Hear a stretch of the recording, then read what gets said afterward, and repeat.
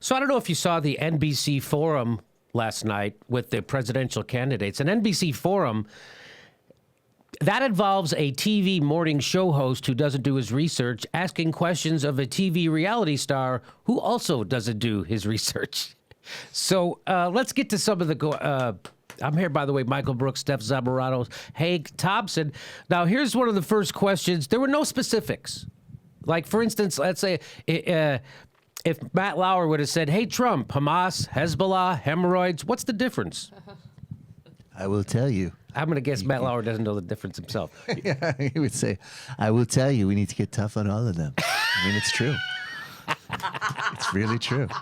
I will tell you this. He will. That's my new response to everything now. I will tell you and obfuscate.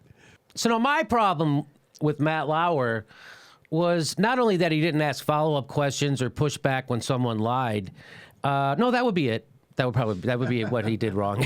He didn't ask follow-up questions, and he didn't push back when someone lied. And he didn't even know when Trump gave an incorrect, like when there was a soldier said, hey, 20 veterans commit suicide every day, and Trump said, actually, it's 22. No, actually, it's 20. And so Trump didn't know it, and Matt Lauer didn't know that Trump was wrong. So, well, here's the thing everybody's pointing to when they were talking about the Iraq War. So here we go. I have good judgment. I know what's going on. I've called so many of the shots. And I happened to hear Hillary Clinton say that I was not against the war in Iraq. I was totally against the war in Iraq. You can look at Esquire magazine from '04. You can look at before that. And I was against the war in Iraq. Just so you know, '04, year after the war started. That's awesome. And also, like, you could look before that. You could. You could do a lot of things. We could look before that. Believe me, if you had something before that, you would tell us. You can even look before. I haven't bothered. And Matt Lauer doesn't go, so I mean, you haven't bothered to look? But if what you had, because that's a year after the war started, that you said that in that Esquire. So anyway, there we go. As I said, it's going to totally destabilize the Middle East, which it has. It has absolutely been a disastrous war. And by the way, perhaps almost as bad was the way Barack Obama got out. That was a disaster. People talk about you and Commander... That's it. That's it. He just let him say all that crap, and then he didn't say, but you know what, people, okay, all right. You're supposed to... You tell me, Michael, what would you have said in that situation? Would you have said anything? I would have stared blankly ahead and let him keep bulldozing his way over me. Obviously, Jimmy, I'm trying to build my career here. What's the matter with you? There was a Howard Stern interview from 2002, right before the invasion. Stern's like, so what do you think about Iraq? Should we go in? And what's great about it, if you go back and listen, I don't remember exactly what they were talking about, but they were talking about either girls or a new building, you know? Something that Trump would prefer to talk about. And he's kind of like, I guess we got to go in. Anyways, the new floor plans. Yeah. I mean, like, not only did he support it, he supported it as like an afterthought. Yeah, like, oh yeah. Like, there's more important things to talk about. Like, I've actually brought in some new Slovenian sex slaves. So I'd like to get back to that. But I mean, sure, whatever, we can invade Iraq. Yeah, he said, he didn't like, it wasn't like a big deal for him. He was like, yeah, we should have won. He goes, I wish we would have did it right the first time. That was that was the second part of that quote. Yeah.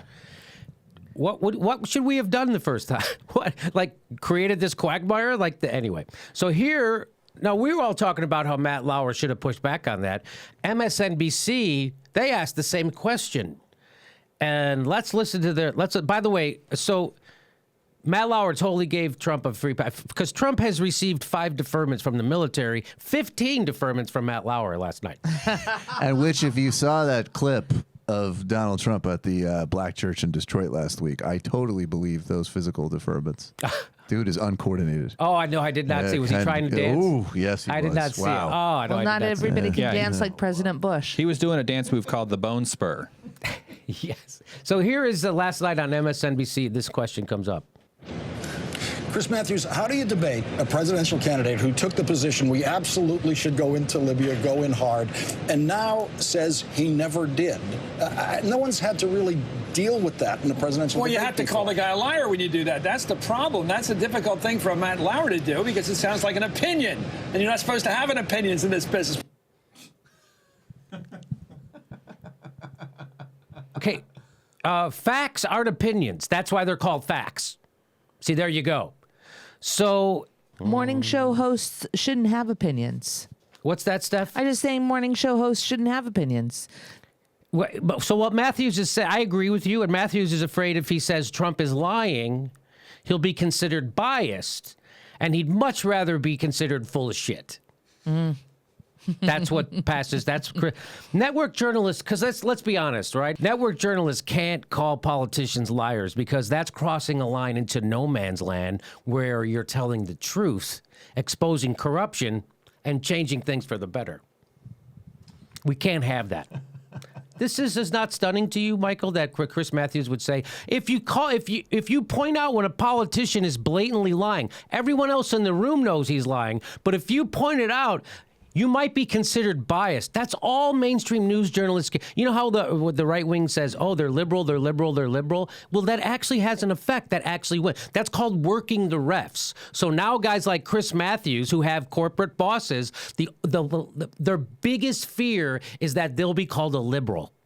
That's their biggest fear. Chris Mathews has described himself as center-right. Their biggest fear is that they'll be considered to have liberal bias. Well, right? Yeah, no, I think that's true. I mean, as I always say with MSNBC, available. But besides that, I think, though, it's also just that the etiquette over anything else, which is unbelievable. Like this notion that being rude to somebody is like this sort of transcendent thing that's a bigger deal than, and also the inverse. I mean, it kind of does amaze me, and particularly with Trump, that there isn't the flip of like, wait a second, like you just looking at me in the face and fucking lying to me, not even in like the traditional political way where you try to kind of massage it and bullshit and give me a frame. That's like just kind of basically insulting at a certain point. Well, that's what I'm saying. When someone lies to me like that and someone lies to me in front of people, that's insulting to me. Like, you think I'm dumb enough that you can get it past me? You're going to get it past all these people? That is insulting because he does think you're too dumb. And guess what? He was right. Matt Lauer was going to let him get away with it. And he did let him get away with it. He was that dumb. It's true. Chris Mathews, sounds like an opinion when you do that. Yeah, when the media is so terrified of truth because what it might sound like, that explains why we have Donald Trump. Calling out lies is the basics of being a journalist. Otherwise, we could just get Ryan Seacrest to host the goddamn town hall. Why would you? He's good on camera, and he knows how to keep the clock, and he's affable and personable. Why don't you get Ryan Seacrest? Why? Why don't you get Ryan Seacrest? Because you're supposed to have a newsman who knows something, so when someone starts spewing lies to your viewing audience, you get to correct it and go, no, this is a news show. Those aren't facts. That's the whole point of a news show, right? Otherwise, we would turn on a soap opera where everything's made up and nobody knows what's right or wrong.